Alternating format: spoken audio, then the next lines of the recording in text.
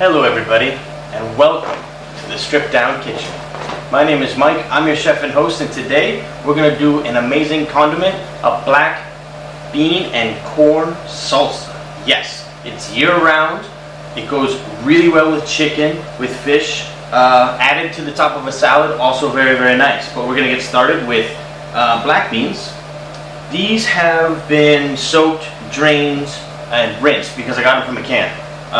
I realize a lot of people don't have time to, soak it overnight and then drain it and then cook them and so on. So if you get the canned one, that's fine. Just rinse them off. Don't use the juice that's in the can, and then you should be okay. And then to that, I added the corn part. So I peeled the fresh corn and I put it on the burner to char it a little bit. Gives it a little bit more flavor. After that, we're going to go in with some cherry tomatoes. Already very, very colorful, and you can see just with one 400-gram tin of beans and 2 ears of corn, you're going to have enough for probably 3-4 days. And so again, really, really nice recipe here. Some bell peppers, not just for color, also for flavor, also for crunch. We have all three there, the three major ones. You don't need to get orange and purple and go crazy. Just, red, green, whatever your favorite ones are. Mix it right in and then start just tossing it around. This is not fancy. This is not meant to take a long time. This is meant to be really quick. In total prep time, you're probably looking at 15 minutes, and then the actual mixing, so it's probably like a 20-minute deal start to finish, including cutting and cleanup. And so to the bell peppers, we have red onion. Slice it and then turn it and then slice it again. Make it as small as possible because you don't really want to bite into a big chunk of onion. At least I don't. So I usually make it as small as possible. Now, all of the main ingredients are there except the seasoning. The seasoning is what we're going to do right now. And we're going to do that starting with some pink salt. A couple of pinches at first. We can always add more. And then we're going to go in with the black pepper. Now, this recipe you can adapt any way you'd like. This is a mild version, so we're just going to use cracked black pepper instead of chili and chili powder and all this kind of stuff. So salt and pepper first, and then we have some coriander leaf along with the stems. Stems have a lot of flavor, don't just throw them away. Soft herbs like parsley, basil, coriander leaf.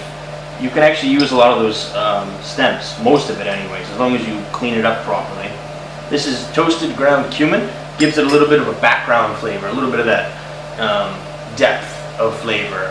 People would call it that little bit of musk or funk into the mix. And then we have the juice of 1 lime. You should only need about 1 lime for this amount, depending on how acidic you like it. If you don't like lime, you could alternatively, you could alternatively use red wine vinegar or apple cider vinegar or a combination. But I just go with lime juice. And then again, give everything a nice little toss. If you have 2 spoons, go in with 2. And you can see it's already appealing on the eyes. It smells nice. This can be kept for 4 or 5 days before the items start breaking down. Lastly, extra virgin olive oil. And you're going to double the amount of olive oil versus the amount of juice, because we're going to just do a standard balanced dish here. And when you're using citrus juice and oil, it's essentially a 2-to-1 ratio as far as vinaigrettes are concerned. But technically, if you just want to season it with citrus juice oil, you can get away with really doing the same ratio. It usually works out to be pretty even. From this point, we're going to give it a taste.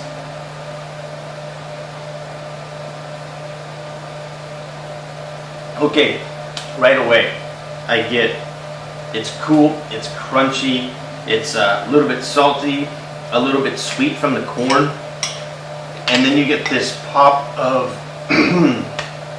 cumin. You get that pop of cumin, and then you start tasting this well-rounded, slightly acidic, and then you finish with that beautiful olive oil. So, to serve this, you can either keep it in a big bowl like this with some chips. You can put it in a smaller bowl. You can put it in the Tupperware and put it in your fridge, like I said, 4 to 5 days. really great pairing with proteins as well as salads. So give it a shot. Please like and subscribe, and I hope you enjoy.